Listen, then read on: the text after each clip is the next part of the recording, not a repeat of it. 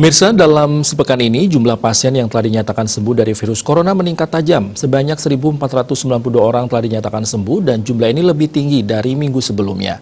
Bahkan jumlah pasien sembuh ini juga lebih tinggi dari tambahan pasien baru yang terjadi dalam sepekan ini, yakni sebanyak 1.368 orang. Dalam laporan sepekan ini, jumlah pasien sembuh selalu lebih tinggi dari tambahan pasien baru yang terpapar virus corona. Kondisi tersebut membuat persentase pasien sembuh yang dilaporkan hingga hari ini kembali meningkat menjadi 92,37%. Sementara itu pada hari ini berdasarkan data Satgas Penanganan COVID-19 Provinsi Bali, jumlah pasien yang dinyatakan sembuh sebanyak 160 orang.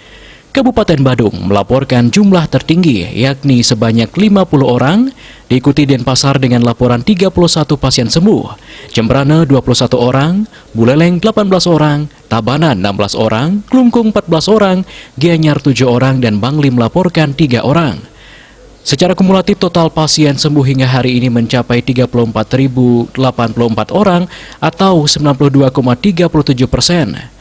Pada hari yang sama, jumlah pasien baru yang terpapar COVID-19 sebanyak 158 orang. Dari zona sebarannya, hanya Karangasem yang nihil tambahan pasien baru hari ini.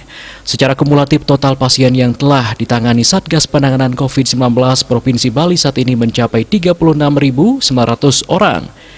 Di sisi lain, kasus kematian akibat COVID-19 masih terjadi dan hari ini 5 orang dilaporkan meninggal yang berasal dari Denpasar, 2 orang dan sisanya berasal dari Tabanan, Bangli, dan Klungkung.